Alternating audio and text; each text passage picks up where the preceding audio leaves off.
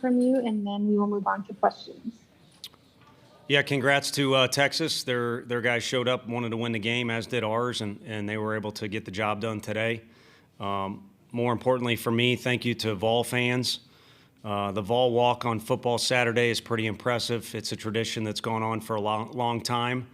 But these kids somehow inspired the Vol Walk for baseball to be created, and it's a pretty incredible sight and emotional thing. So thank you to those people, but also the people that just helped boost up our program into being an Omaha-type program. We hope to be that for multiple years, not just this year. So can't make any promises, but obviously we'd like to do better next time. But don't want our kids to have any sort of guilt. They're good kids. You got a guy apologizing, and I'm apologizing to them, and I think that's what makes a good team, is when you got each other's back and you want to see the guy next to you succeed more than you want it for yourself. And disappointing day, probably a lot of social media stuff can make these guys seem like they kind of want to be the bad boys. But there's just a bunch of kids that want to win for each other.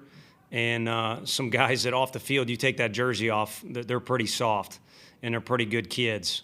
But when they throw it on, they do everything they can to win for Tennessee and to win for each other. And I'm honored to have been around them for 50 wins and obviously one loss too many. Thank you. We'll move to questions now. Mike Wilson. Yeah, Tony, when you were standing out there in the outfield, just kind of distant from your team, all huddling together, what was going through your mind, and how do you keep a season like this in perspective with what you did versus how it ended? I think it's hard because no disrespect to the opponent, just didn't envision it today. And even in the ninth inning, maybe you get 2 outs and nobody's on. You start thinking, what do I say to the guys or anything like that? But nothing's packed. I can tell you that. I got no idea how much longer we'll stay here, but feel unprepared. Kind of like our 2 games. We didn't play that great, even though a lot of preparation time was put in. If the results don't go well, you have to look at yourself as a coach and wish you made different decisions because the ones you made didn't work. But you get to that point, I really didn't have anything intelligent to say to the guys. I just, the old cliche, man, you go to a place, you'd like to leave it better than you found it.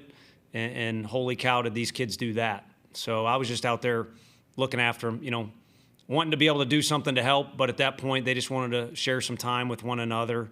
And, I mentioned to them in the locker room there that we need to do something else to get together as a group rather than just kind of slamming the door shut on this thing, whether it's honoring the fans or the team or just getting together for a meal and being together one more time. Wes Rucker. Yeah, Tony, was anything about, I know emotion has fed y'all as a team so many times this season in a positive way. Did any of that create any negative things today? Or were those 2 separate things, the execution not being great and then some of the emotion? No, I don't think so. I think it's either there or it's not. And I there's no way I can count on one hand total or how many digits you got. 2-3 times the guys didn't show up with kind of their attitude or their behavior. Certainly there was fluctuation in skill and performance, but they just found a way for almost 70 games, however many it was, to show up and play Vol baseball, if that's what you want to call it. And we didn't do that game 1 here in Omaha for whatever reason.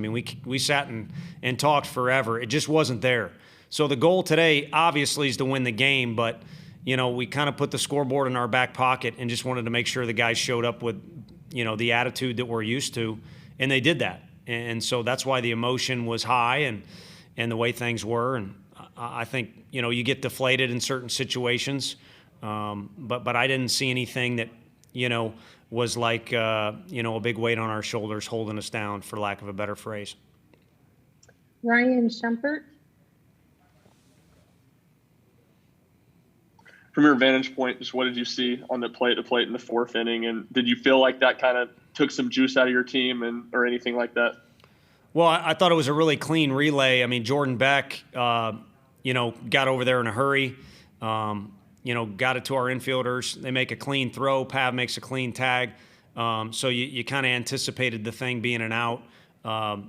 Unfortunately, we've got replay in the dugout, and I think you're better off as team or coaches not seeing that stuff when they throw it up on the scoreboard or in the corner. But obviously, it's one more run. I don't have a scale to weigh, how much of a punch in the gut that was to our guys or how much of a detriment that was other than just what was on the scoreboard. But 5-4 is different than 6-4. Trey Wallace. Hey, Tony, just kind of looking at where you guys stood all season long and coming into this, how did you think, two questions, how did you think your batters were looking at pitches coming into today and getting through the Texas game? And then also, when you kind of look back at your time this season with Tennessee, what are you going to remember the most about being around these kids? Sure. I think with the hitters, the thing they did different today was kind of stay to the baseball a little bit more. I don't know that you'd call it staying within yourself from my vantage point. But guys got off cleaner swings. They were more sure of themselves in their takes.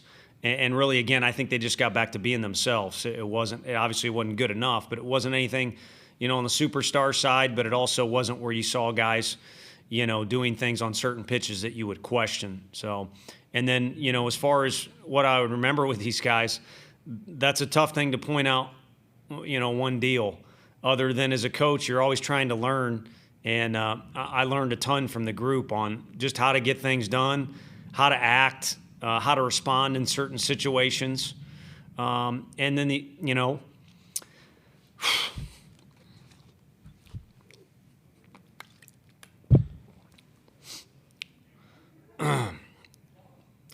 there's a meme for all the people that don't like us that can, they can't see any tears yet, but was locked up in that condo for a long time, man. Long time. And then we had to watch these guys hit BP on the field by themselves, play catch, couldn't do anything. And then you got to be around them for a whole year. And it was a pleasure cruise.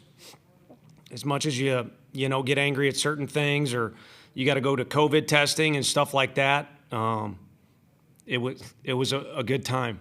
It was a really good time to be around those guys. And they created something. So you get handed the baton, you run with it. That's one thing, and kudos to all those people that have done that.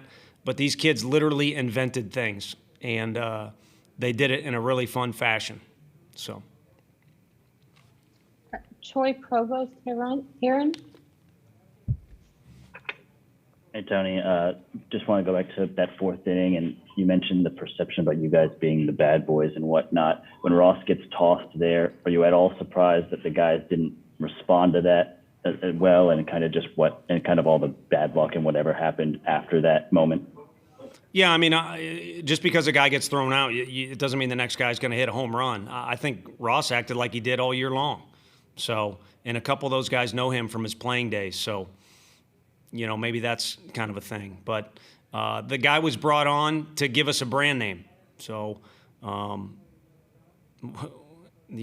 my vantage point from prior to, I certainly appreciate the work that was put into the program before we got here. But in my opinion, there needed to be a little more spice. And that's why that guy was added. And I think he brings that every day. So in that particular situation, the eyes were on him, and he was frustrated. We brought in a guy to hit the mitt, and I think Ross felt like he was hitting the mitt. And so if anything, standing up for his guy and also ensuring that we at least brought some passion to the field today. So whether it went awry or we misbehaved or whatever it might be, no one's getting on that bus going back to the hotel saying, we didn't show up or we weren't into it or we didn't have any fight to us. We'll go 2 more questions. Ben McKee. Yeah, Tony, just what did you see from Blade and Sean that maybe led to a lack of command there on the mound? And do you think Sean maybe just ran out of juice there towards the end? I think Blade, was throwing the ball all right. They were on him for whatever reason. I think he was getting frustrated about certain things. And then a third thing was there was just a handful of pitches where he didn't have the conviction that I've seen out of him. in the past few weeks. That was just kind of my read. And we felt good about the fact that it was a start to a new game. And the whole goal was, again, to get somebody out there to hit the mitt. And, I think in both situations, the big thing was we were one pitch away from, getting out of 2 innings that a lot of damage was done. And, we threw it over the plate, which is what got us here. And they were able to put a couple good swings on balls. Final question, Mike Wilson. Yeah, Tony, have you had any communication with LSU regarding its vacant coaching position? And do you expect to be the head coach at Tennessee next season? No, I've not had zero. And, I just made an idiot out of myself, at least for all the masculine folks watching, by getting teary-eyed about these kids.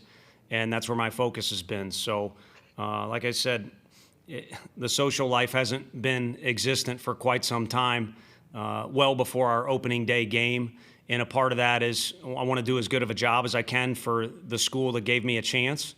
And I want to do as good of a job I can for a group that we thought could go pretty far.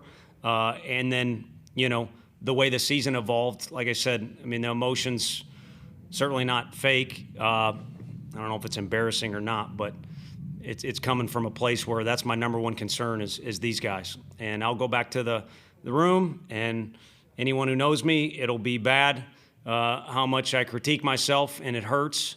So I'm certainly not going to waste energy before a game or any other game having regrets that, my mind wasn't right or we weren't prepared the right way to go into whatever game it might be.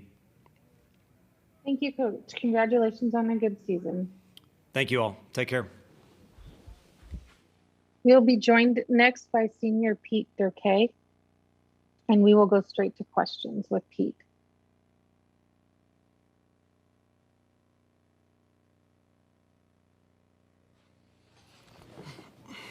Welcome to the podium, Pete. We're going to go straight to questions. Wes Rucker.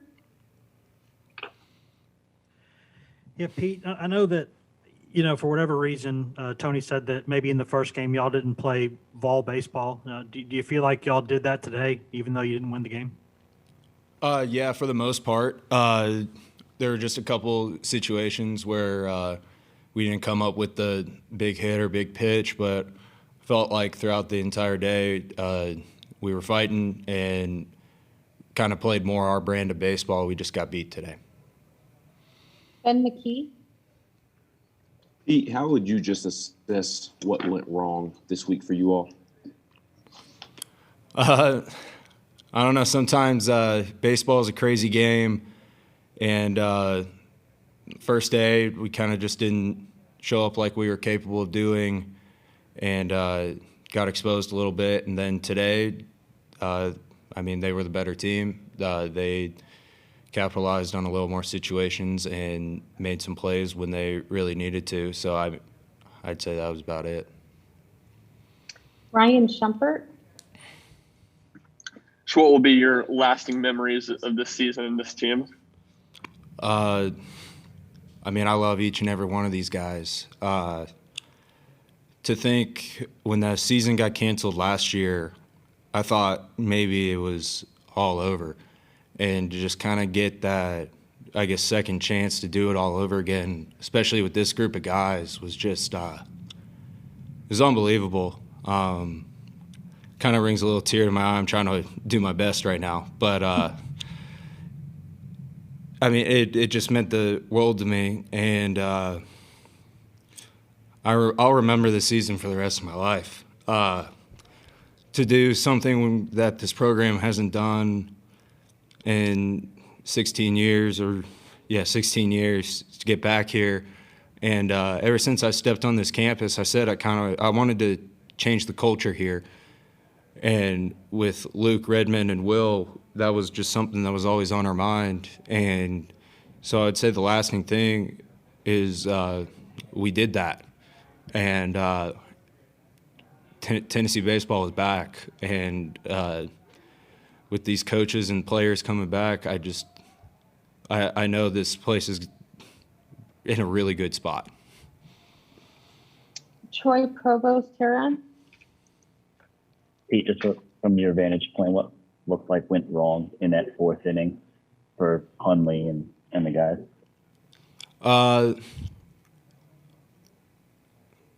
I would say just we didn't make a couple pitches in some situations, and they put a good swing on the ball and capitalized on some mistakes. We fell behind in some counts, and sometimes that's just going to happen when a team capitalizes on stuff.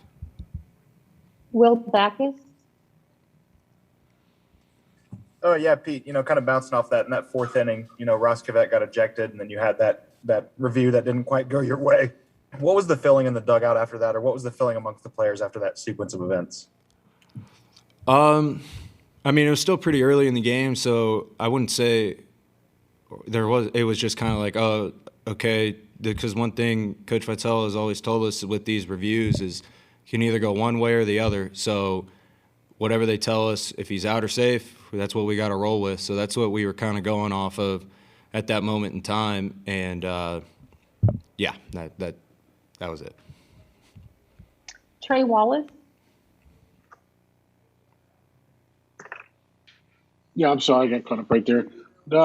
When you kind of look back overall from even the postseason when it started to you guys getting to the regional, super regionals, making it to Omaha, I know you've kind of already gotten into this a little bit, but are there certain moments that maybe stand out to you more or less than others that you'll continue to take on? I mean, that grand slam that Drew hit was still one of the that was the craziest thing I've ever been a part of. I was kind of just sitting there in the dugout next to Redmond, and I think we were both thinking the same thing, that if we got to Drew, like we had a really good shot, but nobody said a word to each other. And we're kind of just sitting there watching it, and it happened, and that was the craziest thing I've ever seen. And then from then on, it just kind of was just the guys, all our guys were just feeding off each other and just so focused on how can we get to the next thing, and if somebody doesn't get it done, the next guy's going to do it. And from then on, it just felt like the train was rolling, and Drew kind of sparked that with that unbelievable play. But even in the Super Regional, when the skies opened up out of nowhere and Chad's having to pitch where I can't even see him, and then 20 minutes later, it's perfectly fine. But just to see that he wasn't going to call for, the stuff to be like the mound to get fixed and, hey, I can't do this. He's like, I'm going to go after it, even though, like, when the ball goes in the air, you can't really see it. So I'd say those were two of the bigger moments. And just that the feeling of being able to dogpile at Lindsey Nelson was it was unbelievable. And the fact that we got out of it with nobody getting hurt was probably the best thing out of it. But that was a moment that I will never forget. We'll go one more question. Jake Nichols. Pete, when you were out in the outfield with the other guys, what's kind of your message to each of the other seniors? And then what's your message to these younger guys now that, they've had a taste of this and had this historic run for you guys going forward? I mean, first off, I want you to know that I love them from the bottom of my heart. Hasn't always been smooth sailing throughout these 5 years. And without them, I don't know what I would do, especially that group of seniors. I mean, they're some of my best friends, people that will be in my life for many years to come. So just want to say thank you to them and that I love them. But with the younger guys too, it's especially getting to experience this, you want more of it. And when we made it to the regional in 2019 and got eliminated from that, we knew we wanted more. So to get here was great, but if I had one more year, I want more. So for them, it's just keep staying the course with everything and keep putting in the work that got us here this go round. And if they keep doing that, I think Tennessee baseball will be a force to be reckoned with next year, and you could see us back here again. Thank you, Pete, for your time today. Congratulations on a great season. Thank you. Thanks, everyone.